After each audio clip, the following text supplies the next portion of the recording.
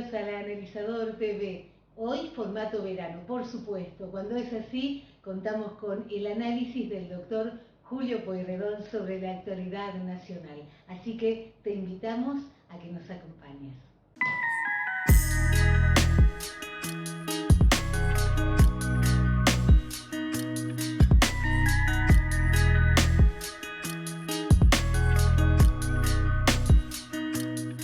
Hola, ¿cómo les va? Bueno, estamos acá grabando en forma remota por esta vez.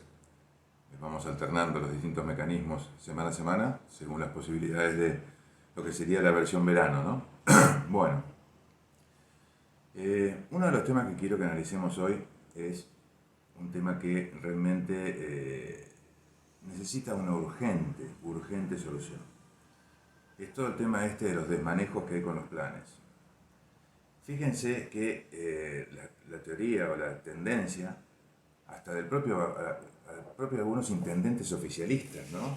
Que ahora salieron como Mario Isi a decir de que hay que ir cambiando los planes por trabajo o por posibilidades de obtener un nuevo trabajo. Creo que las posibilidades para hacerlo existen. El dinero que se utiliza para planes se podría perfectamente utilizar para generar proyectos laborales de fabricación, por ejemplo, de cárceles, de distintas cosas, industrias de todo tipo, y de esa manera poder tratar de reinsertar en el mercado a los beneficiarios de los planes, que hoy en realidad están pidiendo trabajo, la gran mayoría de ellos. Y otros, el que no quiere trabajar, obviamente no puede estar mantenido como un vago por el Estado y por los particulares, que somos los que pagamos los impuestos. Por ende, se podría armar una estructura, se podría crear una bolsa, ya que hay tantos funcionarios, una bolsa de trabajo, en la cual las empresas se puedan anotar, que esté controlada por el gobierno, y en ese ámbito de control se puedan inscribir, por ejemplo, las ofertas laborales. Y las empresas que se anoten ahí, que tengan, por ejemplo, beneficios en cuanto a aportes y distinta clase de, por ejemplo, beneficios fiscales, por contratación de gente nueva, en un marco laboral flexible. O sea, va a haber que hacer nuevamente, insisto, la reforma laboral. De esa manera podríamos generar un cambio de que los planes, en alguna medida, como lo han dicho algunos candidatos también, convertirlos en un seguro de desempleo por un año o por dos, y que los beneficiarios tengan que acreditar determinada cantidad de entrevistas, ¿no? En el año o cada 2 meses. De ahí esa base de datos a la que me refiero, en la cual hablamos de que se deberían inscribir las empresas que ofrecen trabajo. De esa forma, como funciona en muchos países del mundo, se obliga a que el tipo que realmente quiere trabajar pueda presentarse a distintos trabajos, incluso se podría hasta plantear las condiciones o lo que sea, en las cuales, por ejemplo, después de 3 propuestas de trabajo y que sean de similares categorías, si la persona, por ejemplo, no puede acreditar un oficio, una preparación, un estudio o lo que sea, que esté obligado a agarrar ese trabajo. ¿Por qué? Porque no puede seguir viviendo de lo que diríamos la teta del Estado, ¿no? Y la teta del Estado que está bancada por todos los que pagamos los impuestos. Entonces, por ejemplo, una persona que está pidiendo, por ejemplo, operarios para una fábrica, y la persona ha trabajado como operario de alguna fábrica en el pasado, a la segunda o tercera entrevista debería tener que agarrar ese trabajo. De ahí la importancia de la base de datos esta, en la cual obviamente se implicaría la terminación de este subsidio, de este seguro de desempleo, el nacimiento de un trabajo nuevo y la posibilidad de que la empresa que lo contrató tenga determinados beneficios. Es decir, sería todo un juego, una combinación bastante interesante, en la cual podríamos generar que todos estos planes y los distintos planes, por ejemplo, el plan potenciar trabajo, por ejemplo, puedan llegar a tener este tipo de beneficios. Fíjense, veamos algunos números. Por ejemplo, hoy hay 1.393.279 planes de potenciar trabajo. Pero fíjense lo que ha pasado, que fue una denuncia que hubo los otros días. 254.000 personas de ese 1.400.000 pagan bienes personales. Explíqueme cómo puede ser que una persona que pague bienes personales pueda tener un plan potenciar trabajo, que esté viviendo bancado por nosotros. 35.398, 35.400 personas, 600 personas compraron dólares. ¿Cómo puede ser que una persona que tiene un plan pueda acceder al mercado cambiario cuando la mayoría de la gente no puede, básicamente, no puede ni siquiera pensar por un segundo la posibilidad de entrar al mercado de cambios para poder adquirir dólares? Hubo 154.440 planes que el gobierno los suspendió. ¿Por qué? Porque el gobierno los tuvo que suspender porque realmente eran planes, podríamos decir, casi truchos, que no tenían ningún sustento jurídico ni fáctico. Hay 63.611 casos de ese 1.400.000, por ejemplo, que tenían registrados pagos con tarjeta de crédito. O sea, tienen un plan, potenciar trabajo, tienen una ayuda que está bancada por todos nosotros, tienen una ayuda de la sociedad, pero tienen tarjeta de crédito y pueden utilizarla, y pueden utilizar distintos pagos en cuotas, en esto, lo otro. Entonces, es como que ya se convirtió el tema de los planes, se convirtió en una suerte de curro tremendo en muchos casos, para gente que en realidad son todos vivos. Fíjense, y piénsenlo, que todos estos vivos, los que registraron gastos con tarjeta, que pagan bienes personales, y que no está mal que paguen bienes personales, tienen que pagar bienes personales, pero que no pueden tener un plan, ¿no? Y que compraron dólares, todos estos tipos son todos vivos y que están siendo bancados por el trabajo de toda la gente particular que paga impuestos, del empresario pyme, del empleado, del funcionario, de cualquiera de esas personas que hoy son la gente que aporta al sistema para que el sistema pueda llegar a bancar toda esta gente. Entonces, de ahí que es importante que haya un análisis real y concreto sobre esta suerte de beneficios. Y volviendo a lo que decíamos al principio, fíjense que ya hoy podríamos decir que está casi reconocido en su totalidad, ¿no? O sea, ¿por qué? Porque lo plantearon en su momento los liberales, el tema de que había que terminar con los planes y convertirlos en seguro de desempleo. También lo plantearon algunos Juntos por el Cambio, como Patricia Bullrich, que quería convertirlos también en seguro de desempleo y tratar de esa forma fomentar el nacimiento de las nuevas oportunidades laborales. Y ahora empezaron incluso algunos intendentes vinculados al oficialismo también a plantear el tema. O sea que indudablemente es un tema que es necesario hacerlo y encararlo, sí o sí. No hay otra alternativa. Para eso hay que indudablemente ver y analizar en otros países cómo es que se llegó a solucionar los temas laborales en muchos países donde ha bajado la tasa de desempleo. Fíjense que un país como, no resiste análisis, que un país como Argentina, en la cual es el granero del mundo, en la cual tenemos todos los recursos naturales habidos y por haber, en los cuales, por ejemplo, está el campo, la minería, los recursos hídricos, los recursos gasíferos, los recursos de todo tipo, industrias. En su momento había un crecimiento enorme de pymes, que no haya trabajo, no existe. No existe que los empresarios quieran salir a contratar gente y no la consigan. ¿Por qué? Porque la gente no quiere agarrar trabajos por el tema de que no quieren sentirse perjudicados después al perder el plan. Entonces eso, fíjense el efecto dominó que produce. La persona no quiere agarrar trabajo en blanco. ¿Por qué? Porque no quiere agarrar trabajo en blanco porque no quiere perder el plan. ¿Eso qué implica? Que si lo contratan en negro. Entonces, eso primero no refleja. Sigue cobrando el plan bancado por los particulares. Y hay uno particularmente, valga el juego de palabras, de redundancia, que es el que lo contrató, y que lo contrató en negro porque lo necesitaba, y después termina a lo mejor comiéndose un juicio por parte de este empleado por haber sido contratado en negro. O sea, fíjense la ironía del el mal uso de estas herramientas. O sea, la persona no quiere trabajar en blanco. Yo quiero contratarlo en blanco. La persona no quiere trabajar en blanco.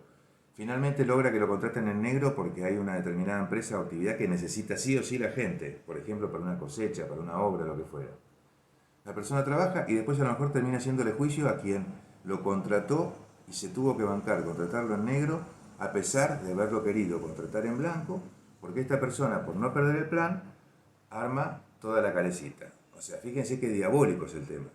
En el interín, esas empresas no producen, porque no tienen cómo producir, esas empresas no pueden generar ingresos de ningún tipo porque no tienen la gente, y eso provoca un parate en la economía del país que implica que el país no pueda arrancar o funcionar, o, por ejemplo, si es una empresa exportadora, que no entre en dólares, o la creación de posibilidades laborales para mucha gente si son contratados en una pyme para hacer carrera, o la posibilidad también de que a través de estos mecanismos se pueda generar el efecto helado, es decir, que se empiece a contratar gente para distintas actividades, y sabemos que una actividad genera un efecto helado con respecto a las otras. ¿Qué quiere decir esto?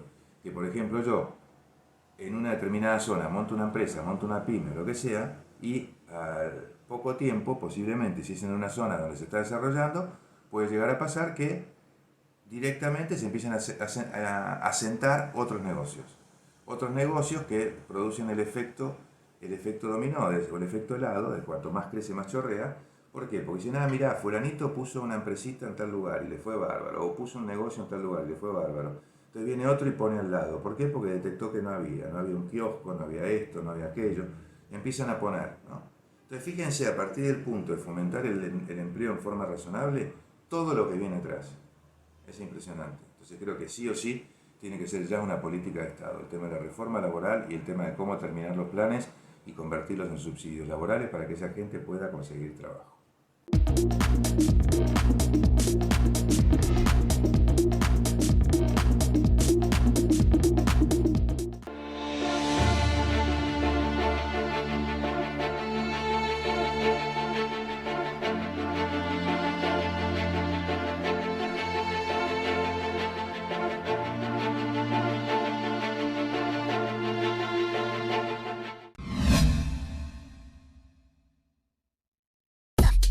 AMBA, créditos hipotecarios, sin requisitos bancarios. Consulte por planes y montos. 11 4 577 3264.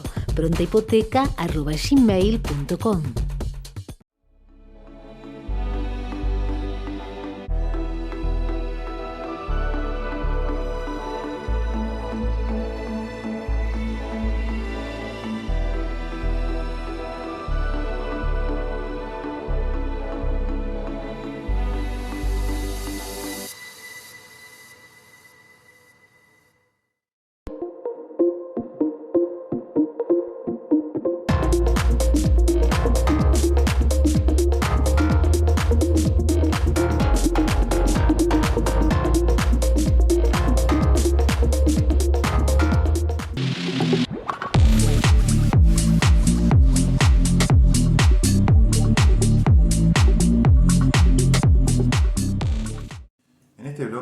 Siguiendo un poco en línea también con lo que venimos analizando en los distintos programas, voy a tocar tres o cuatro temas que son importantes ponerlos arriba del tapete.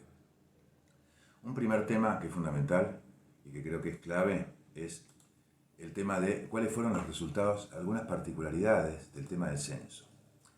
Fíjense que en el tema del censo, solo el 0,02 de la población se autopercibe no binaria.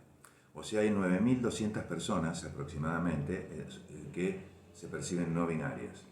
El presupuesto del 2023 para políticas de género es de 4 billones, con B, 4 billones, 4.000 millones de pesos.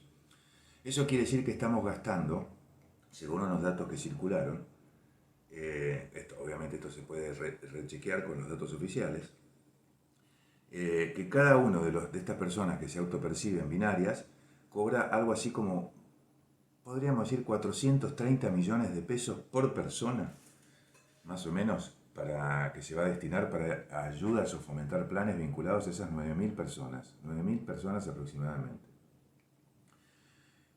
Para atender además a esas personas, fíjense que tenemos un ministerio, 3 secretarías, 14 direcciones, 3.500 empleados. Hay 2.100 psicólogos contratados en el Estado, aparentemente, 200 médicos mínimo. Con todo este esquema, fíjense que el tema de la parte de la autopercepción no binaria, la cantidad de recursos que se están utilizando para esto, cuando se podrían utilizar estos recursos, dije 4 billones de pesos, para comprar remedios, para comprar, fomentar trabajo, fomentar planes para generar pymes, por ejemplo, se puede generar créditos blandos. ¿Por qué no se podría generar, por ejemplo, créditos y decir, bueno, en donde hay tierras fiscales, que se le dé, por ejemplo, a personas un crédito blando con el Banco Nación y se le da una hectárea y se le da un dinero para que pueda comprar, por ejemplo, lo básico para armarse una chacra o una estructura o alguna alternativa, decir, bueno, lo convertimos en un pequeño productor de, por ejemplo, temas agrícolas. Entonces se le da una hectárea o determinados metros, se le da el dinero para hacerse una casita, para comprarse lo básico, para hacer una huerta o algo de ganadería o algún proyecto o emprendimiento que lo tenga que presentar. Y con ese dinero esta persona se mete dentro del mercado laboral. En vez de destinar estos recursos a toda esta actividad de la autopercepción no binaria, que realmente estoy a favor, o sea, entiendo que hay que respetarlo y tienen todo su derecho, y esto existe y es así, pero de ahí a destinar semejante cantidad de recursos, y sea el monto que sea, me parece que es una locura, o sea, que no, una locura en el sentido de que se podría hacer una cosa mucho más razonable, destinar fondos para eso, pero fondos como por ejemplo para generar lo que sea estrictamente necesario para ayudar a ese sector de la población, pero no despilfarrar semejantes montos cuando hay otras necesidades mucho más urgentes y mucho más inmediatas, como es la de tratar de lograr la reinserción laboral de mucha gente, ¿no? Y terminar con los planes. Entonces, fíjense que este tipo de cosas son fundamentales para tenerlas en cuenta. O sea, se necesita fomentar este tipo de actividades. Ese es uno de los temas que quería plantear. Otro de los temas que tiene que ver con el censo y que realmente, por suerte, no se está haciendo y que incluso creo que nadie, salvo Margarita Stolbizer, está planteando un aumento, es que según el censo se deberían sumar 102 diputados más al Congreso. Creo que hoy no resiste análisis. Hoy no resiste análisis. Incluso hace pocos días se aprobaron un nuevo aumento de sus sueldos en todos los miembros del Congreso, ¿no? Salió en varios medios. Y creo que lo último que necesitamos es meter más diputados. Al margen de que esto incluso, lo que sí haría, podríamos decir, según el censo, haría algo de justicia en cuanto a la representatividad, porque hoy lo que mostró que hay algunas provincias que están sobre representadas y otras subrepresentadas, por cómo crecieron cada provincia en los últimos 10 años, ¿no? Demográficamente hubo provincias que crecieron más que otras, entonces ellas deberían tener quizá más representación en el Congreso. Pero eso es un tema que se puede solucionar cuando vengan las nuevas elecciones, ajustar la cantidad de diputados que se van a elegir por cada provincia, que se van a reelegir, en vez de aumentar el número. Por suerte, en general, hasta ahora, la mayoría están en contra de esto, salvo el proyecto de Margarita Stolbizer, que planteó incrementar la cantidad de miembros en el Congreso, pero en un número no tan grande, un número menor. De vuelta, necesitamos dinero para generar posibilidades, para generar reinserción, para generar trabajo, y no necesitamos dinero para meterlo, por ejemplo, en todos los temas de, como dije antes, de la parte de la ideología, digamos, no binaria, o destinar dinero, por ejemplo, para crear más cargos de diputados, ¿no? Es más, se debería poder hasta achicar el tema de los diputados y los senadores. ¿Por qué? Porque hoy son un costo tremendo. Y fíjense el efecto dominó. Cada diputado o senador, estamos hablando de el sueldo de esa persona, la jubilación que esa persona va a percibir. Fíjense qué irónico, que hay gente que tiene una jubilación que es payasesca, y los diputados o senadores que dejan de serlo después de un periodo ya tienen derecho a cobrar una jubilación, independientemente de que sigan o no sigan trabajando, ¿no? O sea que esto sí es algo que hay proyectos dando vueltas, de limitar, y han salido algunas normas limitándolo, pero todavía sigue muy abierto este tema. O sea que algo hay que hacer urgente y no dejar también que el censo nos dé vuelta a la estructura de lo que está pasando. Lo que está pasando con los gastos y costos por el efecto dominó que generan los miembros del Congreso. Y lo que decía el efecto dominó recién, para explicarlo en sencillo, es muy simple. Por cada diputado, por cada senador vienen entre 8 y 10 asesores, más los empleados, más asistentes, más los gastos, más los viáticos, más esto. Son fortunas por mes para bancar a los miembros del Congreso, que muchos de ellos incluso ni siquiera van a las sesiones o casi no trabajan. O sea que fíjense que esto debería poder también tratar de, se me ocurre a mí, acotarse de alguna manera la posibilidad de el nombramiento de asesores y funcionarios que estén vinculados al miembro del Congreso, si estos no acreditan un determinado grado de participación en el Congreso. Por ejemplo, en cuántas sesiones estuvo presente, cuántos proyectos de ley presentó, cuántos proyectos de distintas cosas hizo. Y si no puede acreditar un determinado número, que eso le vaya acotando también la posibilidad de nombrar asesores. Pues ¿para qué carajo quiere asesores, hablando mal y pronto, si no va a presentar una ley o no va a ir a una sola sesión, o va a 3 sesiones en un año? Entonces estamos bancando tipos que no trabajan. O sea, tanto el diputado o senador como toda una parva de asesores que lo rodean. Entonces, eso debería también poder controlarse y ajustarse de manera tal de que esto no corra. Bueno, este es un tema importante. Otro tema que creo que debemos analizar es lo que está pasando con el tema de las mujeres rusas. Fíjense que están llegando mujeres rusas a tener hijos en el país, que vienen muchas escapándose de Ucrania. Los otros días llegó un avión, por ejemplo, de los cuales habían 80 y pico de pasajeros de origen ruso, de los cuales habían alrededor de 14 o 15 mujeres que venían embarazadas a tener hijos acá en Argentina. Y esto es permanente, están llegando, así como vienen de otros países, ¿no? Lo de Rusia es lo que está tomando más vuelo ahora, o más comentarios, por el hecho de que es un tema que afecta, digamos, lo que es hoy la parte de sanidad, de salud pública. ¿Por qué? Porque es toda gente que viene, se atiende gratis y además obtienen después el pasaporte.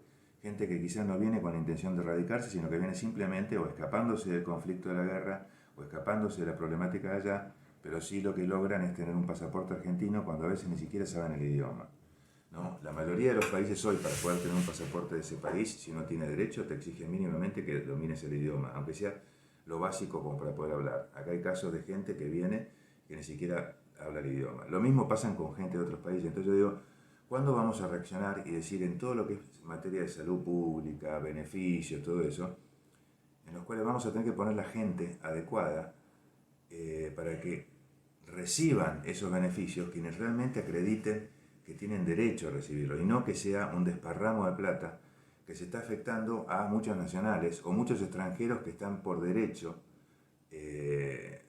insertados en el circuito argentino. O sea, esto no es un tema contra extranjeros, es un tema con decir, bueno, todo aquel argentino o extranjero que está insertado en el circuito que tenga los beneficios públicos y de educación y de lo que se les ocurra, gratuito como tienen cualquiera de los ciudadanos argentinos. El que no, o el que viene, por ejemplo, para hacerse un tratamiento médico o para, por ejemplo, ese hay que cobrarle la educación, hay que cobrarle la atención médica como nos cobran a nosotros.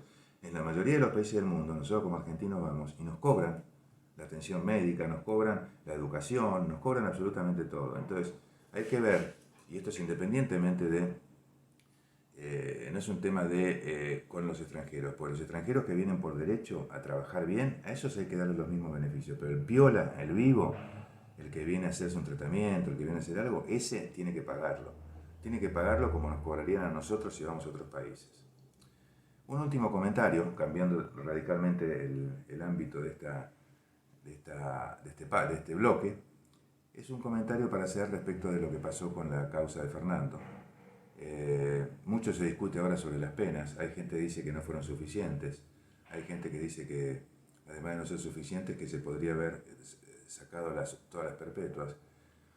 Se discute hoy también el hecho de, por ejemplo, hablan de la posibilidad de arrepentimiento. ¿Qué pasaría si estos chicos, los rugbyers, al margen de que, antes de decir nada, quiero aclarar que me parece una bestialidad lo que hicieron con Fernando y que eso exige a gritos un castigo, Tienen que tener un castigo.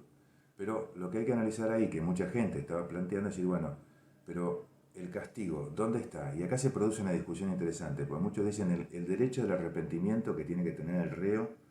¿Por qué? Porque las cárceles de la nación son para seguridad y no para castigo, eso lo dice la Constitución. Entonces, si nosotros tenemos que dar la posibilidad de reinserción también y de arrepentimiento al delincuente, esto implica que debería tener algún sistema o beneficio o evaluación. Entonces, por un lado tenemos que está bien que no se le conceda la libertad condicional en determinados delitos como establece el nuevo código. Pero por otro lado, también algunos dicen de que no se les va a dar la oportunidad de arrepentimiento a estos chicos. Obviamente la contracara de esto es decir, bueno, y la segunda oportunidad de Fernando, ¿dónde está, no? Porque a él le anularon cualquier oportunidad que podía tener desde el momento que lo mataron como bestias a golpes en el medio de la calle. Entonces, es un tema que obviamente genera bastante discusión y genera bastante reflexión, pero es como para tenerlo en cuenta y decir, al momento de decir que la justicia es una herramienta, digamos, para aplicar la ley y para aplicar las bases de estructuración legal necesaria para reinsertar a la gente o para aplicar las normas penales que vienen a cuidar la vida en comunidad.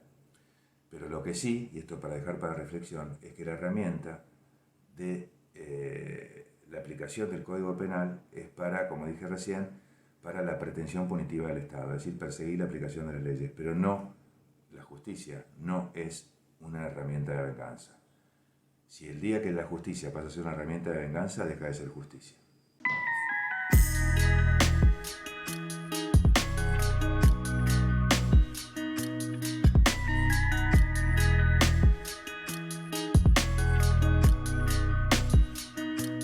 Un placer, como siempre, saber que estás del otro lado y nos lo haces conocer a través de las redes sociales y las distintas inquietudes, propuestas que nos hacen semana a semana. Muchas gracias por acompañarnos y en esta oportunidad decirte que la próxima semana nos encontramos, por supuesto, por la señal más satelital como es Argentinísima Satelital.